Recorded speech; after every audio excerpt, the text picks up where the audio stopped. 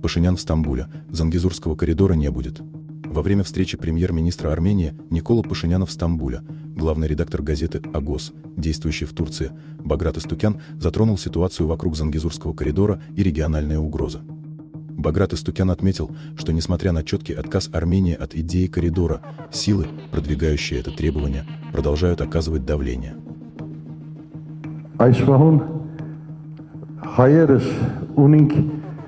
Չարիքի թաշինքը մեր դիմաց, այդ թաշինքը բազմազգի բնույթ ունի, բազմաշերտ բնույթ ունի, եւ այդ բոլորին դեմ թուգեք մեր ցայնը, թուգեք մեր արտահայտիչ գամքը, հետեւաբար ցեզմե սպասածը սպառնալիքի լեզվով խոսողին դեմ բացշաջությունը երբեմն մեկ կողմներ է.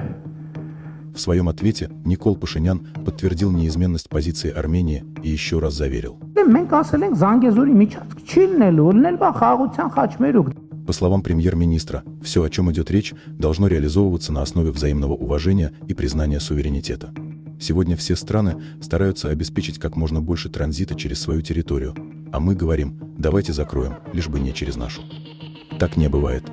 Тогда зачем вообще мы создавали государство? Сказал он.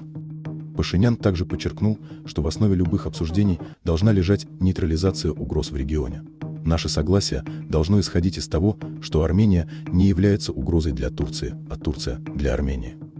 Не забудьте подписаться на наш канал.